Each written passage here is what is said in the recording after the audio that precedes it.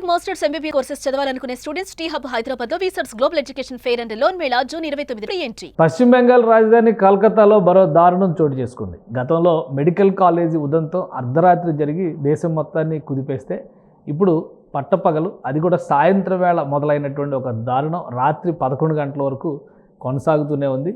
అది కూడా law college ప్రిమిసెస్లో. లా కాలేజ్ ప్రిమిసెస్లో గ్యాంగ్ రేప్కి పాల్పడ్డారనేటువంటి వార్త ఇప్పుడు సంచలనంగా మారింది. ఈ ఘటనకి కారణం ఏంటి? ఒకవైపు వైద్య కళాశాల, మరోవైపు న్యాయ కళాశాల. కోల్కతాలో కాలేజీల్లో కూడా విద్యార్థులకు భద్రత లేదా, ముఖ్యంగా ఆడపిల్లలకు భద్రత లేదా అనే సందేహం వస్తుంది. ఈ ఇన్సిడెంట్కి సంబంధించిన అంశాలను విశ్లేషించడానికి మనతో పాటు AP high court advocate Battula Ramakotaiah గారు. రామకోటయ్య గారు నమస్తే. నమస్తే కేశవ్ గారు. కోల్కతా ఇన్సిడెంట్ మొన్నటి వరకు ఏమో వైద్య విద్యార్థిని గురించి మాట్లాడాల్సి వచ్చింది.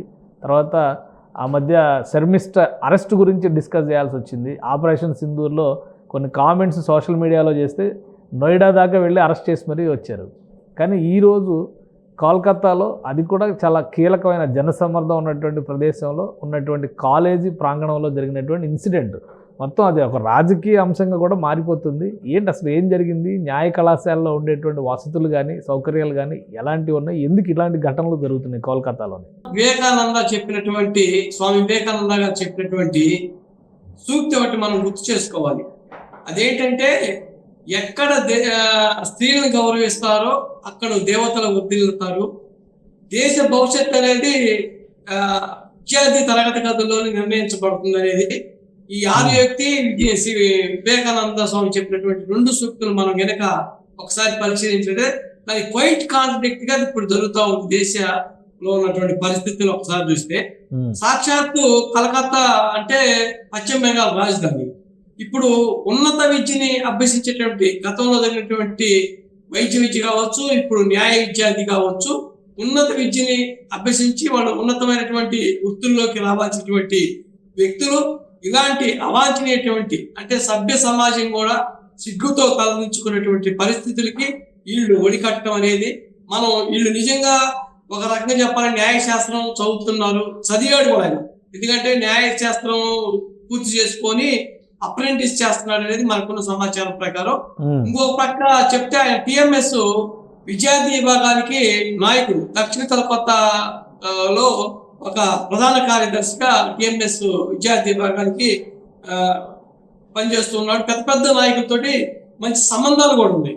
ఇలాంటి రాజకీయ సంబంధాలు ఉండి సమాజంలో ఒక రాజకీయ ఆలోచనతోటి ముందుకొచ్చి రేపు ఏదైనా సమాజాన్ని మార్పు తేవాలి అనేటటువంటి ఉండటానికి అవకాశం ఉన్నటువంటి రాజకీయ రంగం కానీ, న్యాయవాది వృత్తిని కానీ చేపట్టిన వ్యక్తి ఇష్టానికి వ్యతిరేకంగా మహిళని, సాటి జూనియర్ మహిళ అయినటువంటి అమ్మాయి విద్యార్థిని ఇప్పుడు ఎవరైతే ఉన్నారో అతను చేసి ఆ రోజు నాకు పెళ్లి చేసుకోమని ముందు మాట్లాడటం, అమ్మాయి పెళ్లికి నిరాకరించడం, అమ్మాయి బలవంతంగా సెక్యూరిటీ సిబ్బంది గదిలో తీసుకెళ్ళటం, ఒప్పుకోకపోతే హాకీ స్టిక్ తోటి కూడా అమ్మాయిని కొట్టి ఆ అమ్మాయిని బలవంతంగా తనతో పాటు ఇంకొక ఇద్దరు విద్యార్థులు సీనియర్స్ ని తీసుకొచ్చి సామూహికంగా రేప్ చేయడం అనేది అంత ముందు మనం నిర్భయ సంఘటన తర్వాత ఇప్పుడు చోటు చేసుకున్న పరిణామంగా చూస్తున్నాం.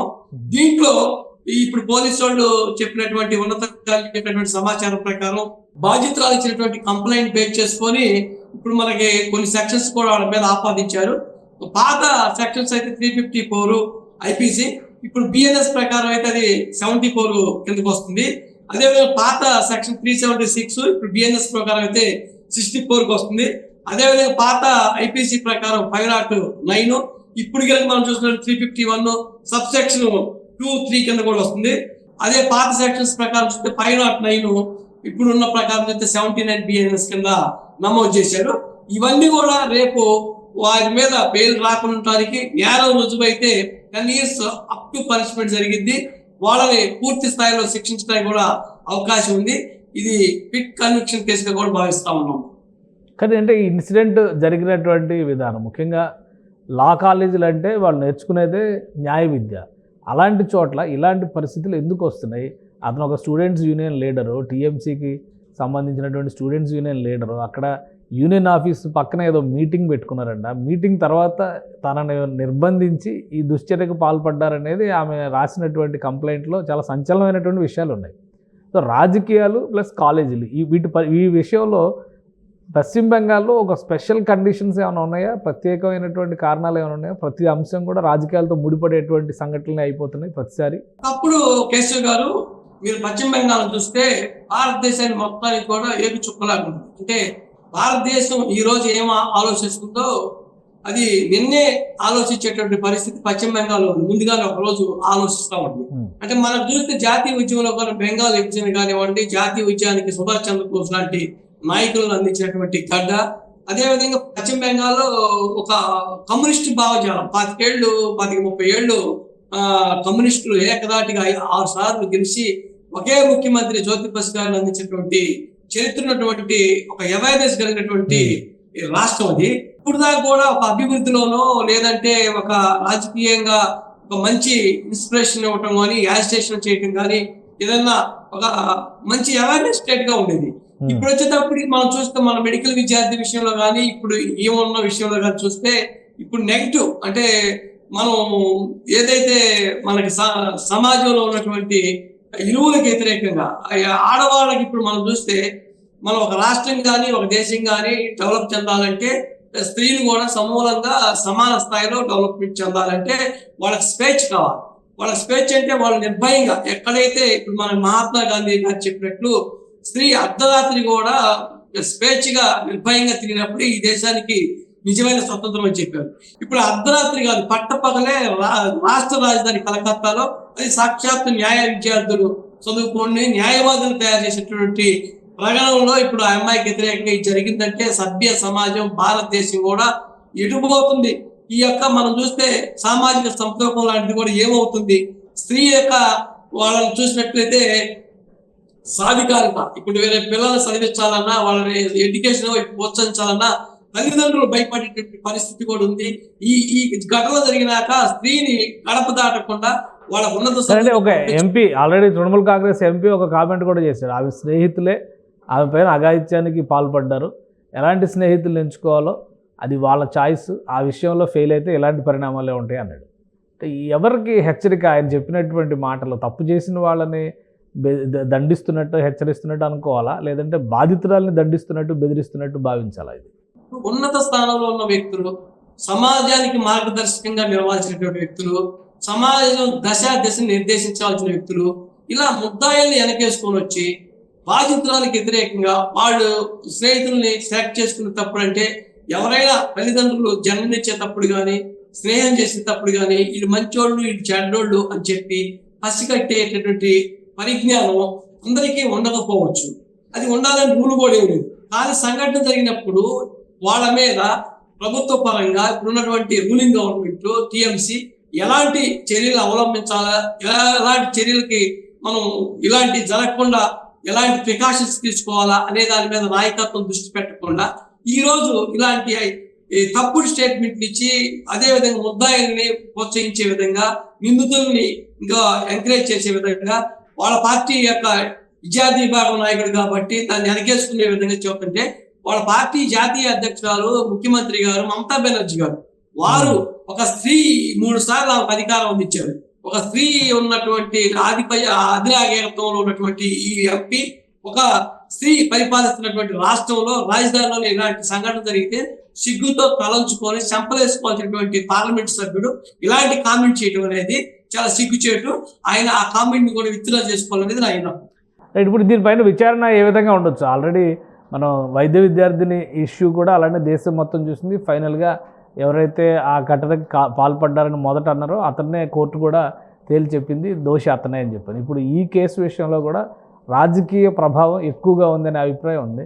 సో దీని విచారణకి ఎలాంటి సెక్షన్స్ తీసుకోవచ్చు, ఎలాంటి శిక్షలు పడవచ్చు, లేదా ఇప్పుడు నిందితులు ఎవరైతే ఉన్నారో వాళ్ళు తప్పించుకోవడానికి ఉన్నటువంటి మార్గాలు కూడా ఏంటి? ఎందుకంటే ఈ బిఎన్ఎస్ వచ్చిన తర్వాత అసలు రేప్ విక్టిమ్స్ రేప్ చేయాలంటే భయపడేటువంటి పరిస్థితులు తీసుకొస్తామని చెప్పని కేంద్ర ప్రభుత్వం కూడా చెప్పింది. అయినా కానీ ఇవేమీ ఆగడం లేదు.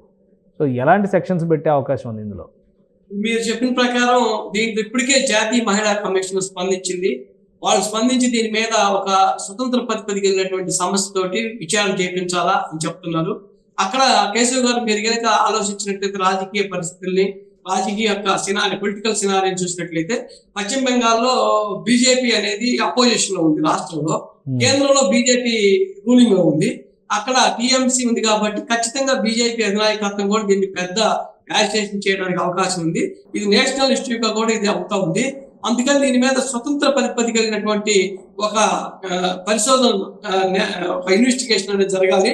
ఆ పెయిర్ ఇన్వెస్టిగేషన్ జరిగి వీళ్ళ మీద ఇంకా ఇప్పుడు రేప్ పెట్టారు కాబట్టి నేను ముందు చెప్పినట్టు పాత 376 ప్రకారంగా 354 ప్రకారంగా న్యాయంగా లేక ఇప్పుడు నిరూపణ అయితే ఇది విచారణలో ఉన్నటువంటి ఈ యొక్క బాధితురాలు ఇచ్చినటువంటి స్టేట్మెంట్స్ కానీ ఇవన్నీ కూడా నేరంగా నిరూపణ అయితే వారికి ఖచ్చితంగా లైఫ్ ఇంప్రిజన్మెంట్ పట్టడానికి అవకాశం ఉంది. నిర్భయ కేసులో కానీ అంతకుముందు కొన్ని రాష్ట్రాల్లో మహిళల మీద జరిగినటువంటి కేసుల్లో కూడా మనకి కన్విక్షన్స్ వచ్చినాయి, శిక్ష పడ్డాయి. దీంట్లో కూడా పెయిర్ ఇన్వెస్టిగేషన్ జరిగితే అక్కడ ఐ విట్నెస్ కూడా ఉన్నాడు. ఎందుకంటే సెక్యూరిటీ సిబ్బంది వాళ్ళు నివసించేటువంటి ప్లేసే సీన్ ఆఫ్ అఫెన్స్ గా ఉంది కాబట్టి అక్కడ లా కాలేజీలో ఉన్నటువంటి సెక్యూరిటీని కానీ ఐ విట్నెస్ కానీ ఎగ్జామ్ చేసి అక్కడ కూడా పొలిటికల్ ఇంటర్ఫీరెన్స్ జరగకుండా పెయిర్ జస్టిస్ అంటే పెయిర్ ఇన్వెస్టిగేషన్ అనేది జరగాలి. ఇన్వెస్టిగేషన్ జరిగితే ఖచ్చితంగా వీళ్ళకి లైఫ్ ఇంప్రిజన్మెంట్, డెత్ పెనాల్టీ లాంటివి కూడా వస్తేనే మనకి ఇప్పుడున్న కొత్త చట్టాల ప్రకారం కానీ సమాజంలో ఇంకోసారి చేయాలన్న భయం కానీ మనం చూసాం. నిర్భయ లాంటి సంఘటనలు పునరావృతం కాకూడదు, దాన్ని దృష్టిలో పెట్టుకొని ఇప్పుడు దాకా క్రైమ్ జరగలేదు. ఇలాంటి చిన్న చిత్తకాయ కూడా ఎక్కడో కూడా జరగకుండా స్త్రీలు కూడా స్వేచ్ఛగా వాళ్ళు మళ్ళా విద్య హక్కుని ఉపయోగించుకొని వాళ్ళ స్వేచ్ఛ, రాజ్యాంగం అందించినటువంటి స్వేచ్ఛ ప్రకారం కూడా వాళ్ళు నడుచుకొని ఉపాధి కోసం కానీ వాళ్ళు ఉన్నత చదువులు చదవాలంటే ఇలాంటి ఘటనలు మళ్ళా పునరావృతం కాకూడదంటే ముందు పెయిర్ ఇన్వెస్టిగేషన్ తర్వాత దాని మీద కన్విక్షన్ కూడా వస్తుంది నా భావన. రైట్, థ్యాంక్ యూ రామకోట గారు మీ విశ్లేషణ అందించినందుకు. ఇది కోల్కతాలో జరిగినటువంటి దారుణం పైన రాజకీయాల ప్రభావం కంటే కూడా చట్టపరంగా జరగాల్సినటువంటి విచారణకి అందరూ సహకరించాలని చెప్పని బీఆర్కే గారు సూచిస్తున్నారు. అలానే కళాశాలలో ఇలాంటి దురాగతాలు జరగడం పైన స్పెషల్ ఫోకస్ పెట్టాలి రాష్ట్ర ప్రభుత్వం. మరీ ముఖ్యంగా ఒక మహిళ నేతృత్వం వహిస్తున్నటువంటి రాష్ట్రంలో పదే పదే ఇలాంటి ఘటనలు జరగడం బాధాకరమని ఆయన విశ్లేషిస్తున్నారు. ఇది special discussion. Keep watching. Suman టీవీలో మీ పర్సనల్ అండ్ బిజినెస్ ప్రమోషన్స్ కోసం కింది నెంబర్కి కాంటాక్ట్ చేయండి.